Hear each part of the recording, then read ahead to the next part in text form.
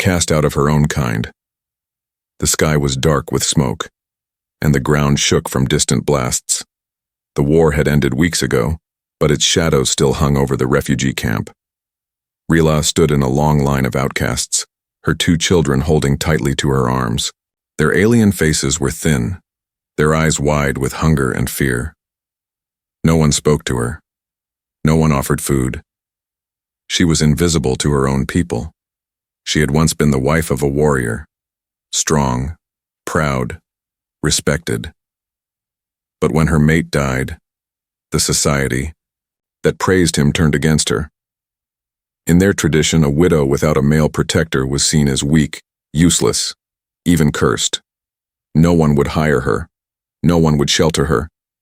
And now, even in this human-run refugee zone, she was just another burden. Her son coughed. Her daughter stumbled. Rila caught them both, steadying them with trembling hands. She had gone without food for days, giving her rations to them.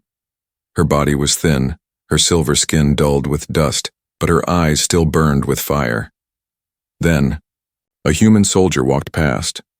He wasn't like the others. He didn't wear the full black armor or carry the same cold face. His name was Sergeant Cole. Tall, sunburnt skin, short brown hair, and eyes that didn't look through people, but at them. Rila stepped forward. Her voice was dry, almost cracking. "Please, I need to speak with you." Cole stopped. He looked down at her children first, then slowly raised his eyes. "You need something?" "Yes," she said quietly. "My people have cast me out. They say I am worthless now, because I have no male. But my children..." She paused, swallowing hard. "They need someone who will protect them. I will give you everything I have. I will serve you. Just don't let them die." Cole frowned. "Serve me? What are you saying?" She straightened, forcing strength into her shaking voice. "I am not begging, I'm offering. My body, my skills, my loyalty. Take me in. Let me stay with you. I'll work, cook, clean, whatever you need. Just don't send us back out there." Cole was stunned. Around them, a few other aliens watched with judgmental eyes. A sharp whisper in their language floated past. "Traitor." But Cole didn't move. He saw something in her eyes. Not weakness, but fire. She wasn't asking for charity. She was standing tall in front of humiliation, still holding herself together for her children. "What's your name?" he asked. "Rila." He nodded. "And the kids?" "Lima and Darren." Cole exhaled slowly. "I don't own people. But I'll get you food, a tent. That's a start." Rilla's knees buckled and she quickly knelt. "Thank you. Truly, thank you." He stepped forward and gently helped her stand. "Don't kneel. You're not a servant, you're a mother. That's enough." From the shadows, another alien woman spat on the ground. "You shame us all, Rila. Offering yourself to a human? Have you no pride?" Rila turned toward her eyes sharp. "Pride doesn't feed children." Cole led them away from the line, toward a quieter part of the camp where he had some authority. He had a small supply stash, some space in his tent. Not much, but better than dirt and cold nights. As they walked, Rila whispered to her daughter, who finally smiled after days of silence. Her son looked up at Cole with shy, curious eyes. For the first time since her husband's death, Rila allowed herself to hope. The silent bargain night fell over the refugee camp like a heavy blanket. Cold winds slipped through the cracks of the torn tents, carrying the smell of burnt metal and old blood. Inside one small corner tent, Rila sat cross-legged beside her sleeping children. She watched them silently, brushing hair from their thin faces, her own eyes refusing to close. She wasn't used to safety. Safety felt like a dream, and dreams, she knew, were dangerous. They gave you hope. Outside, the footsteps of human soldiers echoed. One pair stopped. A voice called gently, "You awake?" It was him, Cole. Rila stepped outside, wrapping her thin shawl tighter. The cold bit into her arms, but she stood tall. Yes, I'm awake. He handed her a small box. Protein packs, enough for a few days. She blinked, surprised. You already gave us food today. I know, he said, shrugging. But I noticed your son gave his share to his sister. He's too small to be starving himself. Rila looked down, ashamed. Cole spoke again, quieter this time. Look, I don't understand your customs, but back there you said you'd give me everything. What did you mean? She held his gaze. Exactly what it sounded like. My people won't let me work. No male will take me. I'm not even allowed to live in the inner camps anymore. To them, I'm a broken vessel. Useless. Cole's jaw clenched. And you thought becoming mine was the answer? I didn't say belong to you. I said I'd serve. I can clean, cook, hunt, tend, wounds. I'm trained. I don't need a maid. Then take me as you see fit, she whispered. But I won't survive out there alone. My children won't. So I made the only offer I have left. Cole looked at her. Not like an alien, not like a refugee, but like a human being. You're more than what your people say you are. No, she said bitterly. I'm exactly what they say. But I refuse to let their words decide my children's future. A long silence passed between them. Then Cole sighed. I'm not interested in owning anyone. But I do need help. The med bay's short-staffed. One nurse quit. You know how to treat wounds? I studied battlefield care for 6 years before marriage. Good. Then you'll assist me there. We'll call it a deal. She blinked. Just like that? You won't ask for more? I'm not like the men your world taught you to fear. She looked down, tears touching the edges of her eyes. Then you're rarer than I thought. Cole gave a slight smile and turned to walk back. Be ready at dawn. First aid training starts early. The next morning, Rila stood in the dusty hallway of the human med tent. Clean clothes, human style, hung loosely over her thin frame. Her children were safe, eating in the food hall, under supervision. She took a breath and stepped in. Inside, wounded aliens and humans alike lay on worn-out beds. Cole motioned her over and handed her a kit. Test starts now. Change this man's bandage. Rila didn't hesitate. She moved. With precision, unwrapping, cleaning, rewrapping. Her hands didn't shake. The patient, a grizzled alien veteran with a sharp scar across his face, watched her in silence. She's good, he said gruffly. Cole nodded. Told you. After hours of work, the shift ended. Rila was exhausted, but there was something new in her eyes. Pride. Outside, as they walked back to camp, she asked quietly, Why are you helping me? He thought for a moment, then said, Because everyone needs a second chance. Even you. Rila looked at him, her voice low. You've given me more than that, human. You've given me a reason to stand again. That night, she sat with her children and told them a story, not about war or loss or pain, but about hope. About a strange man from a faraway world who didn't ask for anything, but gave everything. For the first time, her son smiled without fear, and far away in the corners of the camp, whispers began. The widow is working with the humans. She offered herself to a soldier. She's not one of us anymore. But Rila no longer cared. She had already chosen her path. Whispers in the camp never slept. Even in the dead of night, low murmurs floated like ghosts between the tents. Whispers traveled faster than light here, and now Rila was at the center of them. She sleeps in the human's tent. She traded herself to survive. She's not one of us anymore. Rila heard them all, but she kept walking, head high, spine straight. Her hands still smelled like antiseptic from the medbay, and her sleeves were stained with dried blood from the injured soldier she saved that morning. She had purpose now, and purpose was stronger than shame. But her children felt it. Lima, the younger one, came back crying from the food line. They called me a half-blood pet, Mama, she sobbed. Rilla knelt beside her, hugging her tightly. You are not what they say. You are strong. You are mine. That is enough. Darren, older and quiet, clenched his fists. Why don't you fight them, Mother? I already am, she whispered. Just not the way they want.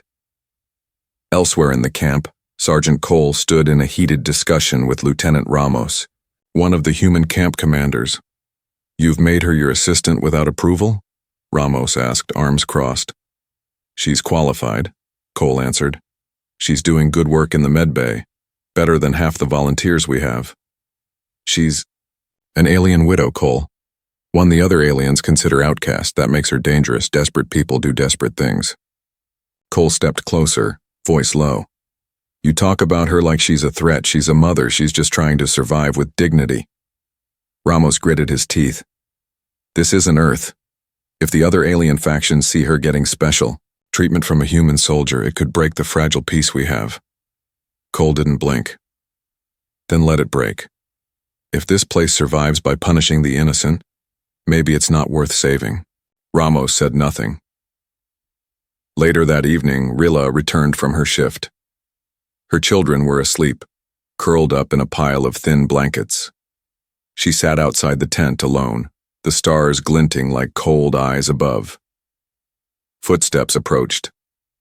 A tall alien woman stepped into the light. Tavaran, a clan matron and one of Rila's former neighbors. So this is who you are now? Tavaran asked, looking her up and down. A human's shadow? Rila remained calm. Better to be a shadow and live, than stand tall and starve. You shame us all. Offering yourself to an outsider, have you no pride? I had pride, Rilla said softly, but I traded it to keep my children alive. You're no longer one of us. Then I'll stop trying to be. Tavaran's lips curled. You think the humans will protect you forever? They'll grow tired. And when they do, you'll be alone. I've been alone for a long time, Rilla said. I've already survived the worst. What's left to fear? Tavaran spat on the ground and turned away, vanishing into the dark. The next morning, Cole found Rilla already at work, bandaging a young alien child with a burn on his leg. She moved quickly, her hands steady, her voice calm. He handed her a cup of warm broth. You okay? She took it, nodded. They hate me. They fear you, he corrected. You didn't beg. You didn't crawl. You stood. That scares people, more than weapons. I don't want to be feared, she said quietly. I just want peace. Then we fight for it. Together. Rilla looked up. You really believe that? I don't help people because they're useful, Rilla. I help them because I remember what it felt like to be powerless, to have no one. She looked at him for a long time, something softening in her eyes. Then I'll stay, and I'll keep fighting. Even if the whole camp turns against me. Cole smiled. Good, because they'll try. As they left the med bay, a loud crash echoed across the camp. Screams followed. Soldiers began to run. Smoke rose from the food storage center. It was on fire, and on the wall beside the burning crates, someone had scrawled a message in alien script. No traitors, no whores, no half-bloods. Cole's face went cold. Rilla clutched her chest. Her children were alone. The hidden threat flames lit up the night like a second sunrise. Cole ran. Rilla ran faster. The camp's food center was half destroyed, black smoke rolling into the sky. People shouted and pushed. Children cried. The guards were trying to control the panic, but fear had already spread like fire itself. Rilla's eyes searched frantically. Lima. Darren. She shoved past soldiers and civilians, nearly falling. Her heart thundered like war drums. Then, a sound. A small cry. Behind an overturned crate near the burning wall, two tiny figures crouched. Mama! Lima cried out. Rilla dropped to her knees and pulled both children into her arms, trembling. I'm here. I'm here. Cole reached them. Seconds later, rifle raised. Are you hurt? No. Rilla breathed, rocking her kids. They were hiding. He nodded, scanning the area. Smart, but something wasn't right. He could feel it in the air, like the crackle of electricity before lightning strikes. The next morning the fire was out, but tension remained. A meeting was called inside the central command tent. Cole stood beside the humans in charge. Across from them, the alien faction leaders gathered, clan matrons, rebel fighters, and tribal elders. The fire was not an accident, one of the officers said. The message left behind was clear. This was a targeted attack. Rila sat in the corner of the tent, silent but watching. Her presence made some leaders uncomfortable. She didn't care. A grizzled alien elder growled, "She brought this trouble. Letting her live among you has stirred hate." Cole stepped forward. "So you're saying she deserves to be burned alive? Her children too?" Another elder sneered. "She broke sacred code. When laws are broken, there are always consequences." Cole slammed a fist on the table. "She broke no law. She survived." The room fell silent. Then a voice spoke from the shadows.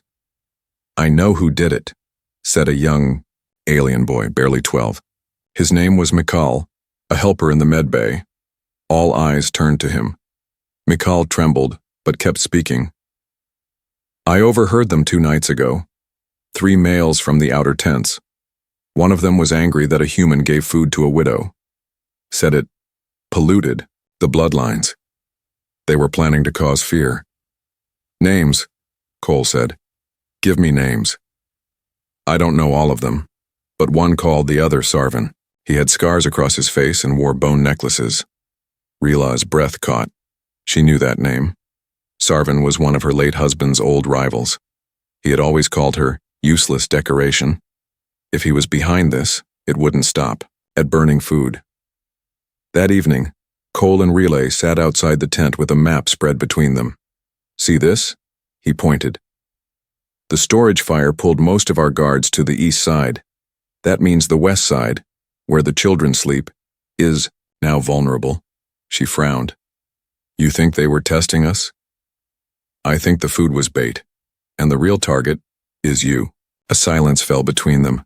Then Rilla whispered, "Then I should leave." Cole's head snapped up. "What?" "They want me gone. If I go, the threat dies." He stood, angry now. "No. That's what they want. To scare you back into silence. You leave now, they win." "I'm not scared for myself," she said. "I'm scared for my children." Cole stepped forward, voice firm. "Then let me protect them." She looked at him, searching his face. "Why do you care so much?" He didn't speak for a moment, then, "Because I've lost people. And I swore if I ever had the chance to save a family again, I'd do it. Doesn't matter what species." Her eyes softened. "You're not like the others. Neither are you." That night, while the camp slept, shadows moved. 3 alien males crept toward the children's quarters, blades tucked in their robes, faces covered.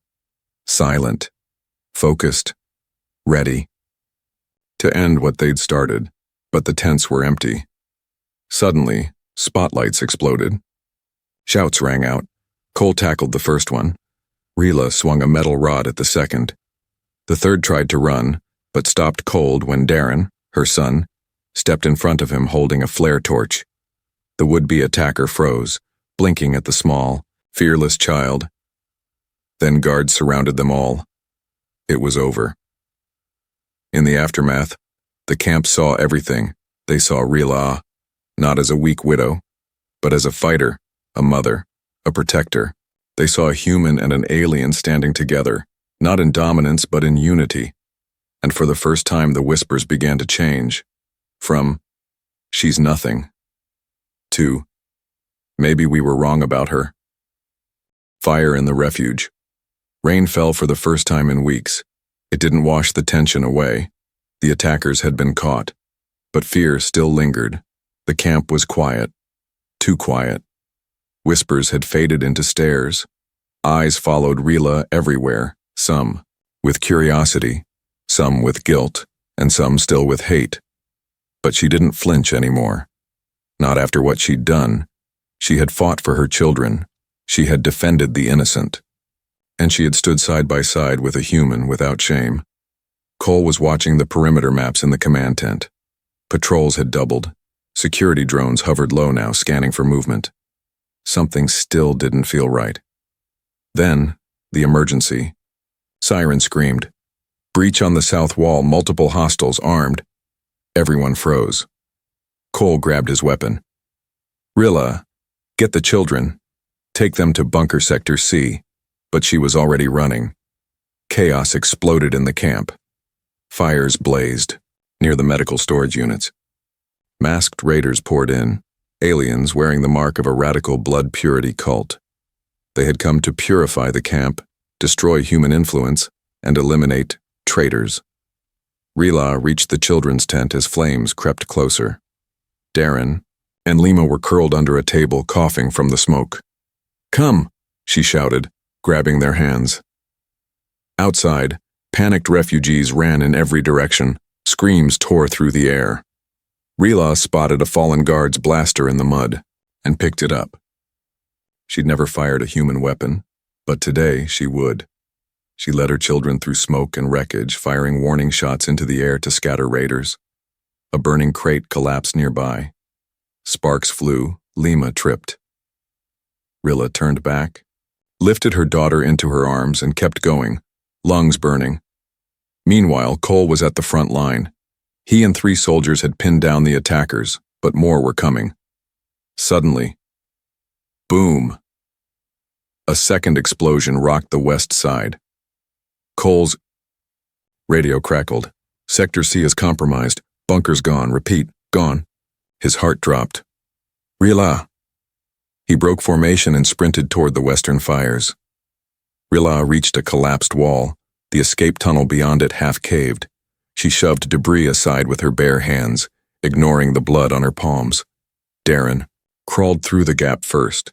Rilla handed Lima through next, a voice behind her.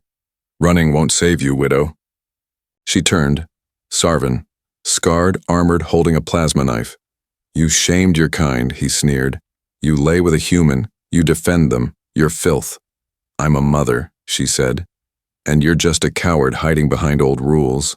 Sarvin lunged. She fired the blaster. The shot missed but made him stumble. Suddenly, Cole tackled him from the side. They crashed to the ground. Cole landed a punch. Sarvin fought back, wild and furious. "Go!" Cole shouted to Rilla. "Get them out!"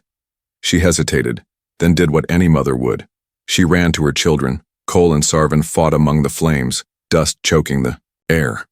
Finally, Cole pinned him and slammed his head into the mud, knocking him out. He looked up. Rilla was standing there, holding out her hand. He took it.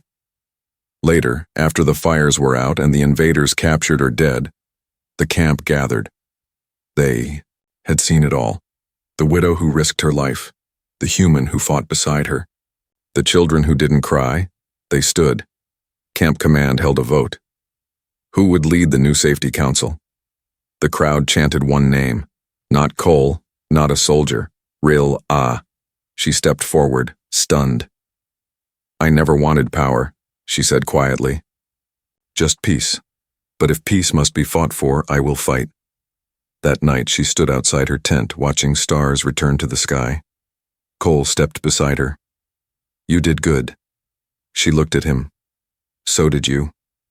They said nothing more. They didn't need to, because in the ashes of war they had already built something stronger. Trust. A place at his side. The sun rose slowly, as if even the sky was tired. The camp was quiet now. Not peaceful, but quiet. Smoldering tents had been cleared. The dead had been buried. Wounds, both visible and hidden, had begun to heal. But no one forgot. And neither did Rilla. She sat at the edge of the cliff behind the camp, her children asleep nearby under a shared blanket. Below, the valley stretched wide and green, untouched by the fires of war. It was the first time she'd seen something beautiful in months. Footsteps crunched behind her. She didn't need to turn. "You walk heavy, human." Cole smirked as he sat beside her. "Soldier boots," not made for sneaking. Rila smiled faintly, but her eyes stayed on the horizon. They sat in silence for a while. I still see his face, she whispered. Sarvan. When he raised that blade to me, I saw every law, every insult, every rejection come alive again. Cole didn't interrupt. He let her speak.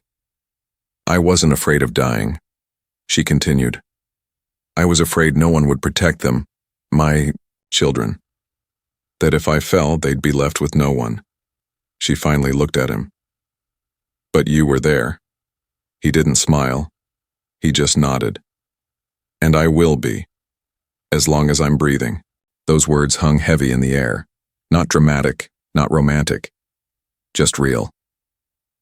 In the days that followed, Rila took her place on the newly formed camp council. She wasn't just the alien widow anymore. She was a voice of the people, human and alien both. Survivors looked to her now. Mothers followed her. Even the proud clan leaders lowered their eyes in her presence.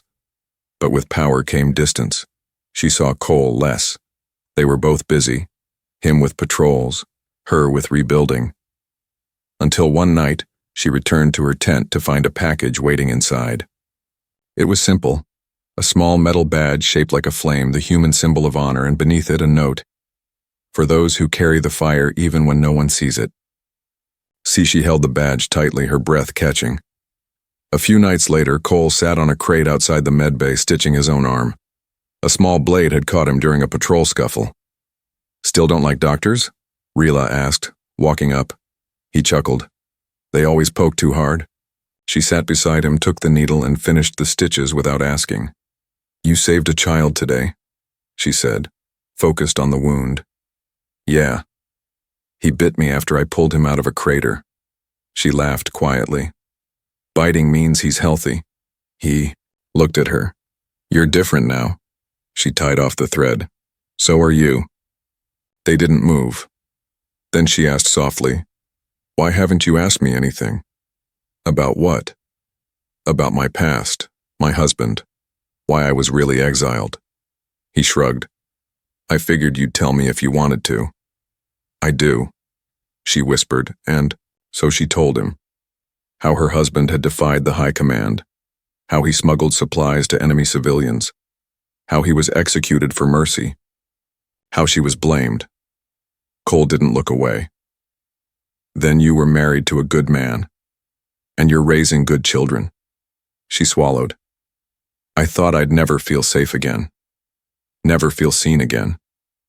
You're not invisible to me, Rila. That silence again, the kind where something heavy shifts between two people. Then a voice called from the distance. Councilwoman Relay, the water tanks are leaking again, she sighed, standing. Back to duty. Cole stood too, brushing dirt off his uniform. One day they'll let you rest. She turned to him, eyes glowing softly in the starlight. I don't need rest. What do you need? Her answer came like a whisper. A place at someone's side. She didn't say whose. She didn't have to. That night, in the still dark, Cole lay awake in his tent, and for the first time in years, he wondered what peace might look like. Not just survival. Not just duty, but a home and maybe someone to share it with. Worth more than a mail, the camp was alive again. Children laughed between tents. Soldiers trained with purpose instead of fear. And for the first time in a long time, people, human and alien, began planting small trees around the base. New roots, in burnt soil. Rila watched from the edge of the courtyard, her shawl fluttering in the morning wind. She no longer walked with her head low. Now she stood like the survivor she was, no longer just a widow, but a voice, a leader. But inside her heart, something softer had taken root. Something that had nothing to do with power or position. Cole. He was still a soldier, still stubborn, still quiet. But in his silence she'd found safety. In his eyes she'd found a reflection of her worth. That night the stars were clearer than ever. The campfire crackled between them. Rila sat beside Cole, her children asleep under warm blankets behind. them. The sky stretched wide and silent above. Cole tossed a twig into the fire. "We're being transferred." She turned sharply. "What?" "Command's reassigning me. New border colony. Higher risk. Fewer officers." Rila looked down. "When?" 3 days. The fire popped. A spark drifted upward, lost in the sky. "They always move you when things start to feel good," he said, half smiling. She didn't smile back. "So that's it?" she asked. "You disappear?" "I didn't say that." He reached into his coat, pulled out a sealed letter, and handed it to her. "What's this?" "A choice." She opened it slowly. Her eyes scanned the message, then again, and again. It was a clearance pass for her and her children to join him. Rila looked up at him. "You would take me?" "No," he said. "I'd walk beside you." She blinked, stunned. He continued, eyes steady. "I've seen too many good people get left behind. You aren't just a refugee. You're not just a widow. You're the strongest person I've met in this whole war. And wherever I go, I want my family near." "Family?" He nodded once. "If you want to call it that." Silence again. One last pause before fate answered. She folded the letter and slipped it close to her heart. "Then I choose yes." 3 days later, the camp gathered to say goodbye. Rila passed her council position to a young healer. Lima and Darren hugged their friends. And the old clan matrons, once filled with scorn, now lowered their heads in quiet respect. As she prepared to leave, one of them stepped forward. "You've changed the way our daughters see themselves," the elder said. "You made us remember. Strength isn't in tradition, it's in survival." Rila placed a hand over her chest and bowed. Not low, but proud. The transport ship lifted into the sky. Inside, Cole sat by the window, Rila beside him. Darren leaned on his shoulder, half asleep. Lima curled beside her mother. It didn't feel like escape. It felt like arrival. Somewhere new. Somewhere unknown. Somewhere hers. She turned to Cole. "I never needed a male," she said. "I needed a man." He smiled. "And I never needed to be needed. Just wanted to matter." Outside the window, stars danced in quiet celebration, and somewhere in the galaxy, a story was whispered from lips to lips. Of a widow who was cast out. Of a soldier who didn't walk away. Of a fire that didn't burn everything, only what wasn't meant to last. They called her worthless without a male, but the universe now called her something far greater. Hope.